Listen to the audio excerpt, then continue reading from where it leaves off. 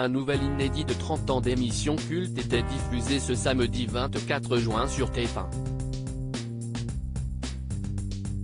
Christian Morin s'est souvenu d'une grande supercherie, qui a failli déraper, orchestrée par Patrick Sébastien à l'époque de la roue de la fortune et du Grand Bluff.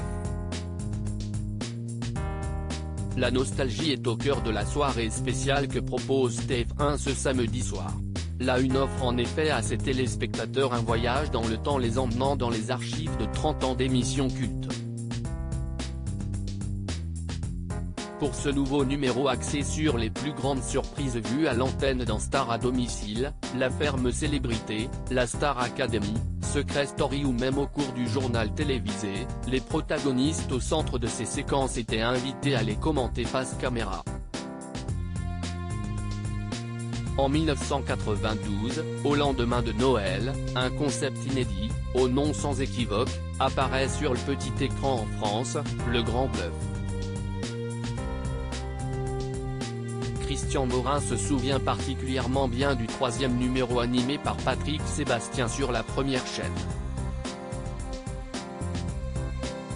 Christian Morin n'aurait pas pu se douter qu'il s'agissait de Patrick Sébastien grimé dans la roue de la fortune. Le principe est simple, censé passer incognito grâce à une transformation physique complète, Patrick Sébastien s'incruste dans les émissions de ses confrères.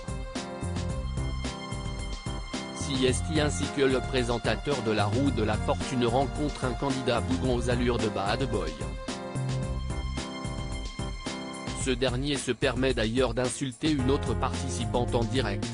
Confronté à un personnage perturbateur, Christian Morin ne perd pas son sang-froid et intervient à plusieurs reprises pour calmer le bluffeur.